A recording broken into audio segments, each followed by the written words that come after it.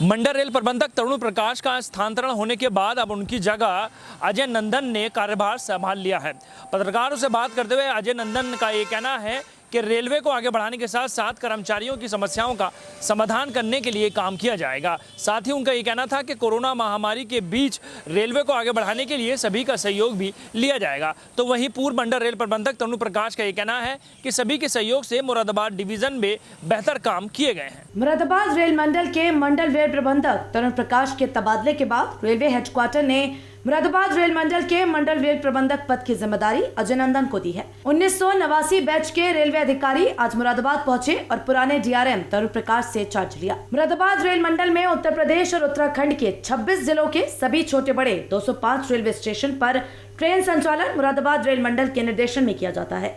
Moradabad rail मंडल में मंडल rail प्रबंधक का चार्ज लेने के बाद अजय नंदन ने मीडिया से बात करते हुए कहा कि उनकी प्राथमिकता होगी कि यात्रियों को बेहतर सुविधाएं मिले, सुरक्षा व्यवस्था चाक चौबंद हो, ट्रेनें निर्धारित समय से चले। इसके साथ ही जैसे कि कोरोना वायरस की थर्ड वेव की आशंका जताई जा रही है, उसके मुताबिक रेलवे में सभी तैयारियां पूर्ण होनी चाहिए। आपात स्थिति में जैसे रेलवे ने सेकेंड वेव के दौरान पूरी जिम्मेदारी से अपने कार्य को अंजाम दिया था, चाहे वह यात्रियों को एक स्थान से दूसरे स्थान पर पहुंचाना हो या फिर ऑक्सीजन की आवश्यकता को पूरा कराना हो, रेलवे थर्ड वेव की आशंका को भी देखते हुए पूरी तरह तैयार है। अभी ऐसी कोई कमियां ऐसी बिल्कुल सामने नहीं आई हैं कि वैसे पहले से इस मंडल में जैसा आप सबों के साथ पहले भी कहा जा चुका है, बहुत सराहनीय काम पहले से तरुण प्रकाश जी के समय में दोनों सुरक्षा और यात्री सुविधा के क्षेत्र में किया गया है। तो अब उस काम को और आगे बढ़ाना है ताकि जितने सुधार तरुण प्रकाश जी ने अपने समय में कराए वैसा ही सुधार हमारे लिए कराना भी मेरा पहला टारगेट होगा, ताकि वो सुरक्षा और यात्री सुविधा इन दोनों क्षेत्रों में लगातार सुधार हो। बिकॉज ये ऐसी दो चीज़ें हैं जिनमें सुधार करने का कोई अंत नहीं है। हमेशा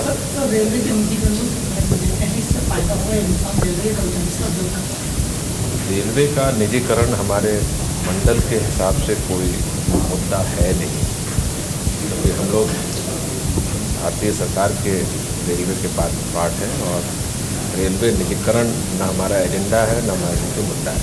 सर, पिछले कार्यकाल की अगर बात की जाए तो सर काफ़ी अच्छा कार्यकाल था। आशंकित थर्ड वेव आती है तो पैसेंजर के लिए किस तरह की सुविधा होगी? आशंकित जो थर्ड वेव है, जैसे सेकेंड वेव के लिए हम लोगों ने पहले से तैयारी करके रखी थी और अब जब थर्ड वेव में जो सूचनाएं हमें सरकार के द्वारा मिल रही हैं समय पर कि किस तरह करनी है, वैसी तैयारियां हम लोग दोबारा से करके तैयार हैं पहले से। कोविड कोचेज़ के लिए या रेलवे अस्पताल में सुविधाएं और या मालगाड़ी के द्वारा ऑक्सीजन या इस तरह के उपस्तरों का ट्रांसपोर्टेशन, सबके लिए हम लोग हमेशा जो निर्देश है उसके मुताबिक तैयार हैं। Indian railway service of mechanical engineering 1989 batch का अधिकारी हूँ।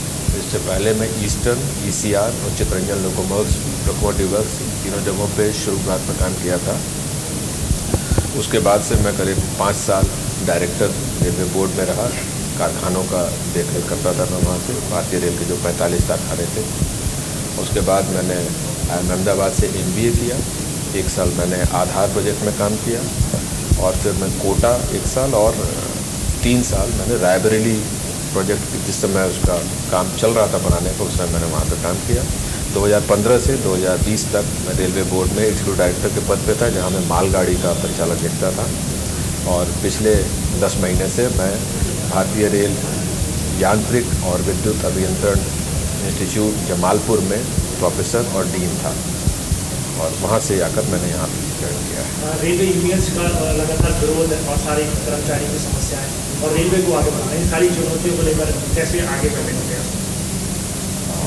रेलवे यूनियंस को साथ लेकर चलना हमारा काम है, उनके विरोध और उनको विरोध को कुचलना हमारा काम है।